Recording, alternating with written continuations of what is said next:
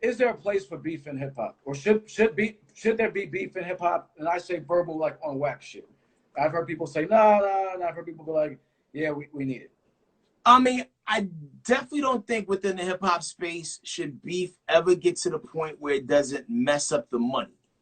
You know what I mean? One thing that when you look back at the guys that we looked up to in the 80s that were beefing and battling, they may have dissed each other on wax, but they never messed up the money. You know, LL Cool J never sucker punched Kool Moe Dee.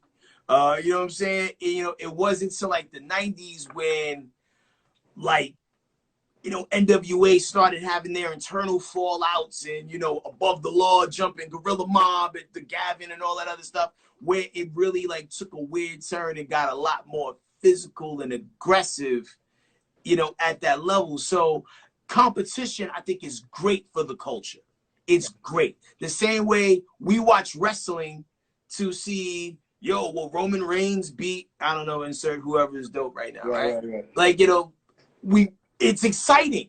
But at the end of the day, y'all supposed to be able to like dap and go y'all separate directions. Nobody should ever run the risk of being killed because they went to a show where either one of you guys were at and rival crews showed up and it got weird. And that's the aspect about it that I don't like. Things, and it don't even sometimes be the artist. It be the miscellaneous, it be the weed roller in the crew, or that person who like, I fold clothes for, this person, but I'm gonna prove my worth. Right, It be those guys, man, that get people, jammed up. Like, when they shot at Lil Wayne tour bus, like, that was excessive. Right. It's always the other dudes. And yeah, well, Kool Moe Dee was talking about that. He was like, a lot of times it's the hangers on or whatever that's popping off at the mouth. What's the best beef you've seen in hip hop? Best beef I've seen in hip hop. I mean, best beef.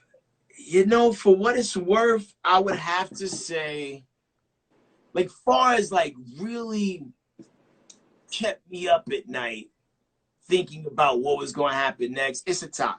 I mean, the LL and Mo D beefs, mostly because, like, when you really look at the tail of the tape, because, like, when you think about it, it's like, damn, like, Jack the Ripper came out, then blah, blah, blah came out. Like, no, it was like one record per year from each artist because they were both on tour, so they didn't have time, and the luxury, I guess, that we have now to where you could record in a tour bus and send the records to get mixed and whatnot. Like, it took a year and a half for these guys to respond every time somebody said something. So it kept you hanging on. So that was dope.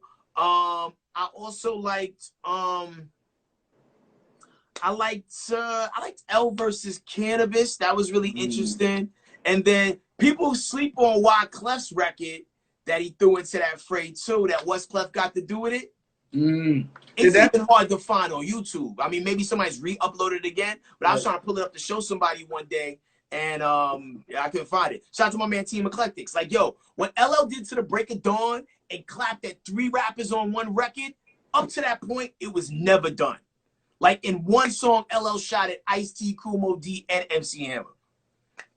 Easy targets, too. Those was missiles. Somebody put out No Vaseline, Ice Cube. That was heavy too. But NWA didn't fire back on Cube as hard as they did as Ice Cube fired on them. So it was almost like a snuffing that we That was a jailhouse shank. Get the fuck over here, nigga. Throw over the rail. Phone time, nigga. Like that's what the fuck that was. Yeah, no. I go, one of my all-time favorites is KRS versus Juice Crew. You come back to us.